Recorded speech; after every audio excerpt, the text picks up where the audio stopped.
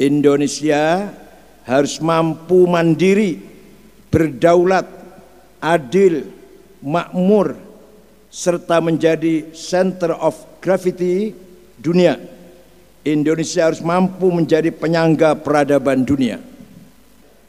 Racun budaya asing, virus ideologi radikal dan liberal yang telah mempengaruhi tren gaya hidup dan cara berpikir masyarakat harus segera dibasmi dari akar-akarnya, karena pembiaran yang berkelanjutan akan menyengsarakan warga bangsa dan membahayakan masa depan Indonesia. Negara tidak boleh kalah dengan siapapun.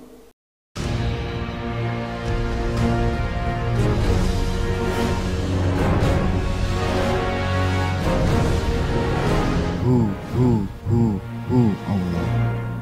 Sebagai bangsa yang benar, yang besar, yang dianugerahi oleh Allah Subhanahu wa taala, berkelimpahan sumber daya alam, dengan jumlah penduduk muslim terbesar di dunia, sebagai negara demokrasi dan berada pada posisi strategis pada titik silang dunia, Indonesia harus mampu mandiri, berdaulat, adil, makmur, serta menjadi center of gravity dunia. Indonesia harus mampu menjadi penyangga peradaban dunia.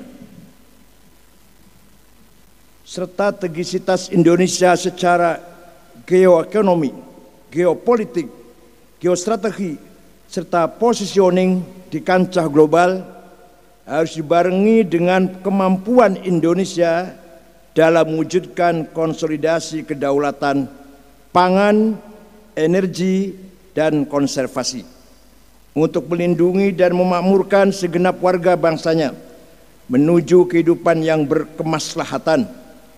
Indonesia tidak boleh tergantung dengan siapapun dan tidak boleh dikendalikan oleh siapapun.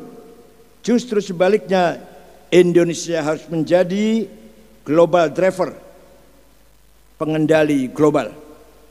Walaqad katabna fiz zaburi min ba'di dzikri annal ardi yarithuha ibadiyas salihun. Telah ditetapkan dalam kitab Zabur bahwa kemakmuran, kesejahteraan disiapkan oleh Allah untuk hamba-hambanya yang baik-baik, yang soleh-soleh. Tapi kenyataannya kadang sering kebalik-balik. Saya lihat yang kaya-kaya itu, yang konglomerat, nggak ada nama Solikin, Jumadi, Madrais, dulu kanan, nggak ada. Alah.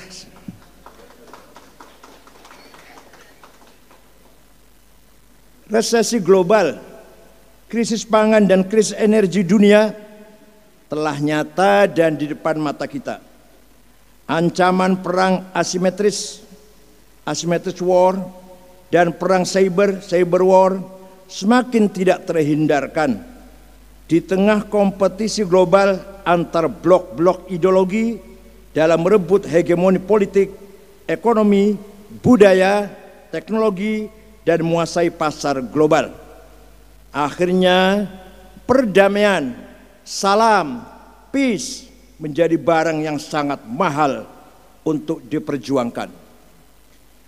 Oleh karena itu, Indonesia harus mampu memenangkan perang kebudayaan, pop culture war, perang mata uang digital, digital currency, perang biologi, biological war, perang makanan, air dan energi, food, water, energy war, dan perang iklim dan bencana, climate and disaster war, yang tengah dan sedang terjadi. Yakinlah dengan optimalisasi sumber daya yang kita miliki, dengan kemampuan yang kuat untuk mewujudkan Indonesia hebat dan mengesampingkan kepentingan pribadi atau kelompok, serta melakukan kerja-kerja kebangsaan secara berjamaah antara pemerintah, organisasi masyarakat sipil, pelaku usaha, parpol, akademisi, dan media, akan mampu merubah ancaman menjadi peluang untuk dimenangkan. Yang tadinya ancaman menjadi peluang. walawit taba'al haqqu ahwa'ahum lafasadatis samawati wal ardu wa man fihin. Kalau kebenaran dikalahkan oleh kepentingan, hancurlah tatanan kehidupan ini. Kerja-kerja berjamaah dalam mengorganisir kecerdasan dan potensi digital anak-anak bangsa, menggalang solidaritas sosial, menumbuh kembangkan ekonomi gotong royong kemaslahatan, memperkuat eksistensi budaya dan kearifan lokal, mengglorifikasi dan membumikan ideologi Pancasila dengan masif, mendorong visi politik kebangsaan yang luhur, memperkokoh sistem pertahanan dan keamanan kebangsaan yang mempertahanan dan keamanan rakyat semesta, merajut kembali kebinekaan dan memulihkan kembali kepercayaan publik yang tengah terkoyak, menghentikan kerakusan oligarki. Saya ulangi, menghentikan kerakusan oligarki serta melakukan pertaubatan nasional dan memohon pertolongan kepada Allah Subhanahu wa taala agar adalah merupakan gateway, gerbang utama agar Indonesia keluar dari krisis yang harus segerakan bangsa dan negara ini tidak sampai terjungkal dalam kubangan kehancuran. Ada yang kelewat, mohon maaf. Yang terhormat Ketua SAS Institute Dr. Sa'adullah, bodolan tenaga kerja di Saudi Arabia. Ya, Ketua PWNU DKI Dr. Syamsul Ma'arif. Oh iya, yang terhormat Ustadz Yajima dari Jepang. Berdiri Pak Yajima, berdiri.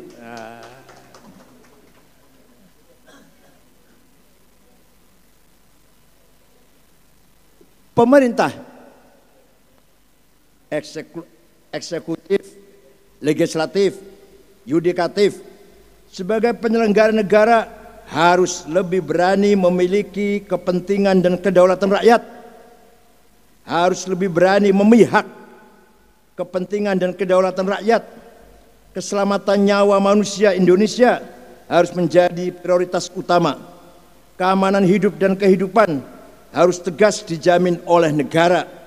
Segala bentuk obat-obatan, makanan, minuman, dan produk-produk turunannya, khususnya susu dan jajanan anak, harus aman dan tidak meracuni serta membahayakan nyawa manusia Indonesia. Redistribusi aset, lahan dan tanah untuk rakyat harus dipercepat dan bukan basa-basi.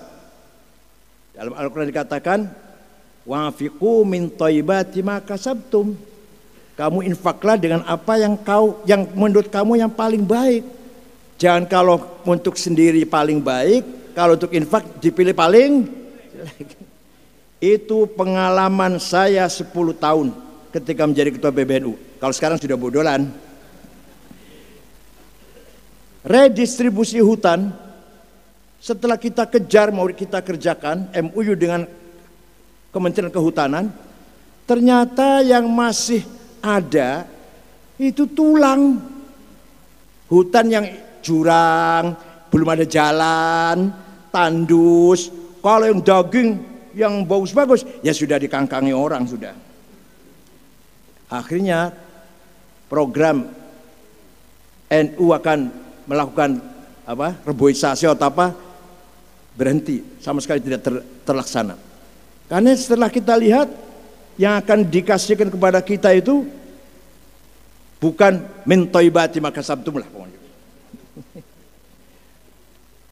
Manusia Indonesia redistribusi aset, lahan dan tanah untuk rakyat harus dipercepat dan bukan sekedar basa-basi. Optimalisasi energi baru dan terbarukan wajib disegerakan dan tidak boleh ada yang menghambat. Monopoli atas pangan, energi, obat-obatan, lahan dan tanah harus segera dihentikan. Segala bentuk pelanggaran, penyelewengan, dan kecerobohan yang merugikan rakyat, bangsa dan negara harus diusut tuntas dan ditegakkan seadil-adilnya.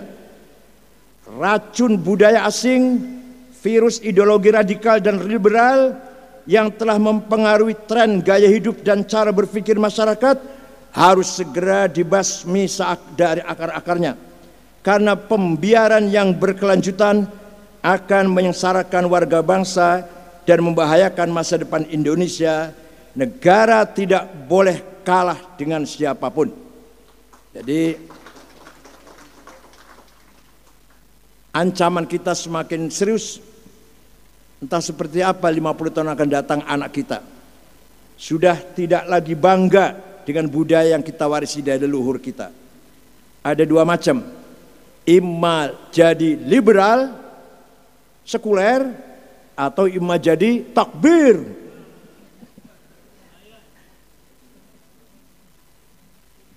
Kewaspadaan dan kesiapsiagaan seluruh stakeholders bangsa dalam menghadapi berbagai ancaman, tantangan, gangguan, dan hambatan, serta potensi konflik, pertahanan, keamanan, dan kedaulatan Indonesia harus dikonsolidir ulang. Benteng pertahanan ideologi, benteng pertahanan budaya, dan sabuk pengaman sosial, benteng pertahanan keamanan rakyat semesta, benteng pertahanan ekonomi nasional yang bertumpu pada kemandirian dan kedaulatan nasional, benteng pertahanan cyber, serta benteng pertahanan identitas dan jati diri Indonesia harus diperkokoh kembali agar tidak goyah oleh infiltrasi, bombardir isu, opini, gerakan, dan berbagai serangan, baik yang bersifat fisik, sintetik, dan bersifat semantik. Tahun-tahun politik telah datang, gejolak dan berbagai turbulensi mulai muncul. Semua warga bangsa tidak boleh lengah terprovokasi dalam menghadapi tahun-tahun politik ini. Untuk semua politisi dan partai politik dan penyelenggara pemilu serta seluruh warga bangsa Indonesia, utamakan keselamatan dan keutuhan bangsa. Jangan mau dipecah belah dan dimanfaatkan oleh kepentingan politik identitas yang menggerus kebinekaan dan kesatuan bangsa. Bangsa sosial dari ancam radikalisme, liberalisme, ekstremisme, dan terorisme. Bangkitkan solidaritas keluarga-keluarga untuk memiliki kepedulian. Oh, maaf. Saya ulangi, utamakan keselamatan dan keutuhan bangsa, jangan mau dipecah belah dan dimanfaatkan oleh kepentingan politik identitas yang menggerus kebinekaan dan kesatuan bangsa. Politik kebangsaan dan kemanusiaan adalah politik tingkat tinggi yang harus dikedepankan dan ditegakkan. Kita mengambil pelajaran apa yang terjadi di Timur Tengah, perang saudara yang sampai sekarang belum kita tahu kapan akan berakhir, akibat belum selesai memahami hubungan antara agama dan budaya, antara agama dan politik kebangsaan. Masih belum selesai. Yang perjuangkan agama hanya bicara agama, tidak pernah bicara kebangsaan. Yang bicara nasionalisme, tidak pernah bicara Islam. Oleh karena itu, tokoh agama bukan tokoh nasionalis bukan tokoh agama. Di kita alhamdulillah, Kiai Hasyim Asy'ari, Kiai Wahid Hasyim, Kiai Agus Salim, Syekh Cukrabinoto, Kiai Sulaiman Ar-Rasuli, Kiai Sirajuddin Abbas, Kiai Sanusi Ajengan Sanusi atau Abdul Halim Sukabumi, dan Kiai Maulana Zainuddin, semuanya pejuang agama sekaligus nasionalis. Bagi kita antara hubungan agama dan nasionalisme sudah tuntas dan selesai. Ini harus dirawat. Tapi kedaulatan tanah tumpah darah Indonesia secara teritorial, digital, finansial, ekologikal, kultural harus dijaga, dilindungi dan dirawat. Jangan biarkan siapa saja mengambilnya walau sejengkal. Keseimbangan antara kepentingan people, planet, prosperity, peace, dan partnership, kepentingan masyarakat, ekologi, ekonomi, perdamaian, dan kerjasama harus terjaga dengan baik. Ancaman bencana ekologis akibat perubahan iklim dan degradasi alam serta kerusakan lingkungan lainnya, baik akibat ancaman sampah, terutama sampah plastik, harus segera dimitigasi dan disolusikan. Demikian halnya dengan ancaman turbulensi ekonomi, harus segera diantisipasi.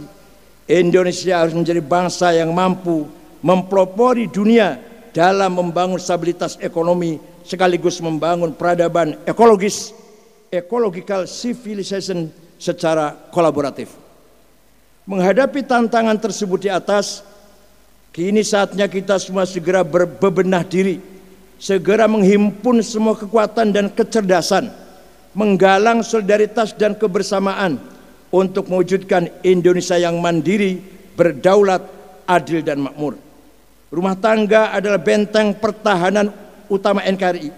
Kepada pemerintah dan semua pihak, ingat, perhatikan, pelihara dan rawat hak rumah tangga. Harus dirawat baik-baik seluruh keluarga-keluarga Indonesia berbasis rumah tangga. Amankan ideologinya agar tidak terpengaruh ideologi radikal dan liberal. Kuatkan pemahaman jati diri, budaya dan identitas nasional, serta kecintaan terhadap tanah air, agar cara pandang dan gaya hidupnya tidak terpengaruh ideologi budaya dan identitas asing. Perkokoh ekonominya dengan mewujudkan keamanan pangan dan obat-obatan berbasis food and herbal medicine yang ditanam di pekarangan rumah. Kontrol akses dan penggunaan sosial medianya agar tidak terjebak pada hoax, terjebak pada kejahatan digital, dan atau menjadi ketergantungan, serta dorong seluruh anggota keluarga menjadi produsen konten positif. Waspadai lingkungan, sosial dan ancaman radikalisme, liberalisme, ekstremisme dan terorisme. Bangkitkan solidaritas keluarga-keluarga untuk memiliki kepedulian sosial dan hidup ramah lingkungan. Dorong anak-anak kita dan generasi muda di setiap ranah rumah tangga untuk lebih religius, toleran, serta menguasai teknologi. Sehingga dengan rumah tangga dan keluarga aman, damai, makmur, dan berdaulat, maka desa, kecamatan, kabupaten, kota akan berdaulat sehingga pada akhirnya negara aman, damai, makmur, dan berdaulat. Dibangun dari keluarga, kemudian berkembang satu kelurahan, satu desa, kecamatan, kabupaten, akhirnya insya Allah menjadi bangsa yang baldatun thayyibatun ghafur, baldatun thayyibatun wa rabbun ghafur, menjadi negara mutamaddin yang mencapai thaqafah yang sempurna dan hadarah yang maksimal. Keanekaragaman budaya dan kearifan lokal bangsa Indonesia adalah modal kultural dan modal sosial, social and cultural capital, yang harus dioptimalkan menjadi senjata strategis dengan mempengaruhi dan membangun peradaban dunia. Spirit keislaman Nusantara yang ramah, damai, dan toleran telah terbukti berhasil diterapkan di Indonesia dan bisa menjadi role model kehidupan beragama dan berdemokrasi yang damai dan harmonis. Waktu saya jadi ketua PBNU, setiap tamu terutama dari Timur Tengah, saya kandani Islam Nusantara, saya dongengi Islam Nusantara. Mereka semua melongo semua. Itu enggak ada Timur Tengah itu Islam Nusantara itu. Jangan ke Islam Nusantara, hubbul waton minal iman itu enggak ada di Arab, enggak ada itu. Percaya pada saya lah, saya kan 13 tahun di sana.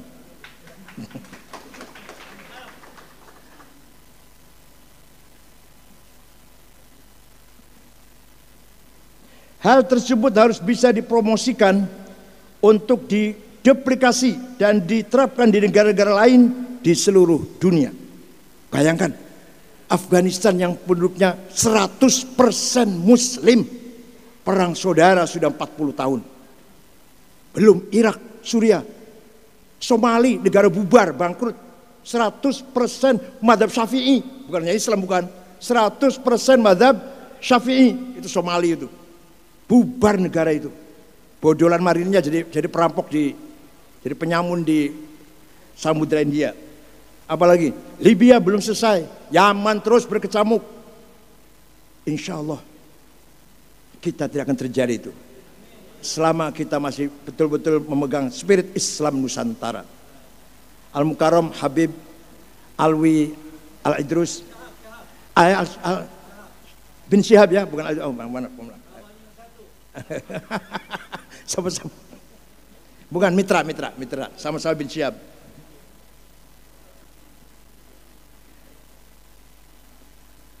Pemerintah harus lebih agresif mempromosikan dan menyebarluaskan dan mengekspor kebudayaan Indonesia, menyebarkan spirit Islam Nusantara, dan mengekspor ideologi Pancasila ke seluruh penjuru dunia.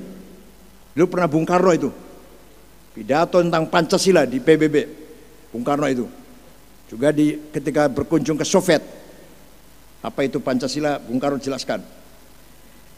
Sehingga Indonesia mampu menjadi lokomotif peradaban dunia dan bukan menjadi pengimpor ideologi dan budaya asing yang meruntuhkan peradaban bangsa. Kehidupan bernegara dengan spirit Islam Nusantara harus terus dikembangkan selaras dengan tantangan dan perubahan zaman melalui jalur diplomasi budaya, ekonomi, ekologi, dan kemanusiaan serta teknologi. Ke depan Islam Nusantara akan mampu menjadi ikon perdamaian dan pelopor humanitarianisme beragama dan serta kemajuan peradaban.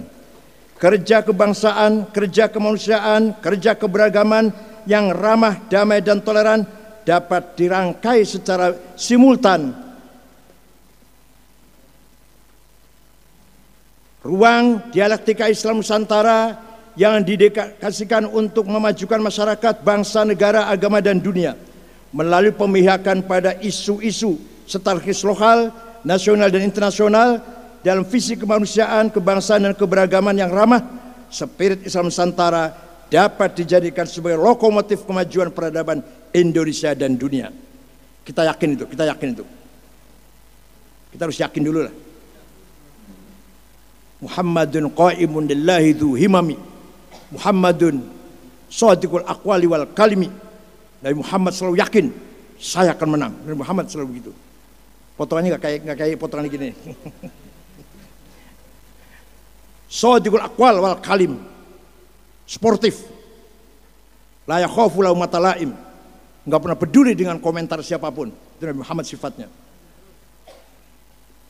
Untuk memajukan bangsa dan negara serta peradaban dunia diperlukan sikap kritis yang dibarengi dengan analisis strategis dan sikap yang bertanggung jawab. Mesin-mesin riset harus dihidupkan kembali dan digerakkan untuk melahirkan temuan-temuan dan inovasi-inovasi strategis bagi kemajuan. Masjid, sekolah, dan lembaga-lembaga dakwah harus hadir menjadi pusat penelitian dan pengembangan peradaban. Dan yakinlah bersikap kritis yang konstruktif yang dibarengi dengan penyampaian yang santun adalah budaya bangsa yang selaras dengan spirit Islam Nusantara. Tapi bukan mencaci maki, bukan. Agar tidak terjadi kejumudan peradaban, sikap kritis konstruktif tidak boleh dibungkam, apalagi kita hidup di negara demokrasi. Tetapi sebaliknya, bila mengarah pada tindakan destruktif, wajib dihentikan agar tidak membuat kacau keadaan.